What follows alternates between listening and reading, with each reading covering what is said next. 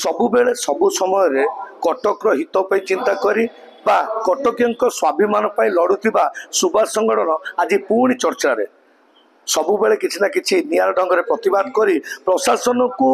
गाल निद्रार उठेबा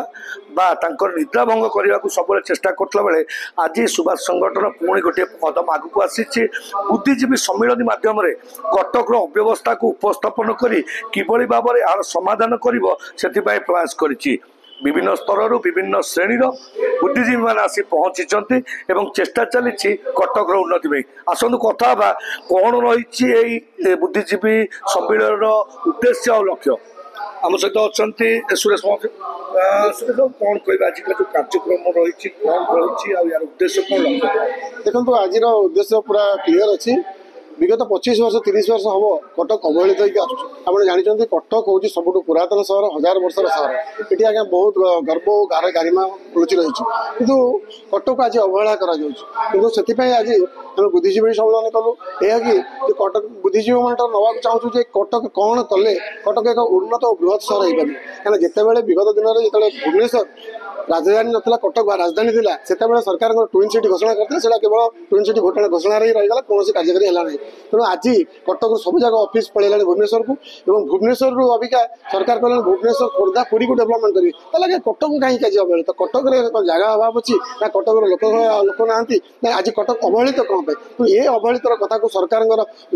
पाखे नहीं पहुँचापी आज बुद्धिजीवी सम्मेलन कर बुद्धिजीवी सम्मेलन आम उपदेश नबू आगू कौन कार्यपंथा करके सरकार पाखे जाए पहुँची पारू से वार्ता नहीं आग को कार्यक्रम जब कहुए निर्वाचन में आपण मैंने निर्वाचित कर पर मुहूर्त में कटक भली गोटे पुरातन राजधानी आज अवहेलित दायी क्या करेंगे प्रशासन को दायी करेंगे ना सीएमसी को दायी करेंगे ना साधारण जनता को दायी करेंगे ना जनता द्वारा निर्वाचित होता जनप्रतिनिधि को देखो मुझे सीधा सड़क जनता प्रतिनिधि होगा जी जनता विभिन्न आशा नहीं कि जनता प्रतिनिधि पसंद करते जनता प्रतिनिधि जिते जगार जाए पहुँचते से केवल निजर चिंता कर सहर उन्नति कर मत लगुच कटक जो नेता अच्छा से कटिकिया नेता हवा दरकार कटक को भल पाँच वाला नेता दरकार ये आज्ञा आमदानी करुवा नेता जब आम आनिकी नेतृत्व दबा से केवे कटक कथा चिंता करेंगे तेणु जो आम नेतृत्व पसंद कर साधारण जनता जानवा दरकार जे आम क्या पसंद करवा जदि आम कटिकिया को गोटे कटिकिया पुओ को पसंद करवा जी कटक को भल पाँच से लोक को पसंद करवा निश्चित भाव में से कटक कथा नहीं नेतृत्व पाखे रखिए समाधान करने चेष्टा कर बारंबार बारंबार अभियोग आसला बारंबार दाबी होता बेले भी कटक उन्नति नहबा एवं अन्यपटे आज सुभाष संगठन तरफ विभिन्न बुद्धिजीवी विभिन्न महलर बुद्धिजीवी मानक एकत्रित कर जो भाव में आज बुद्धिजीवी सम्मेलन कटक उन्नति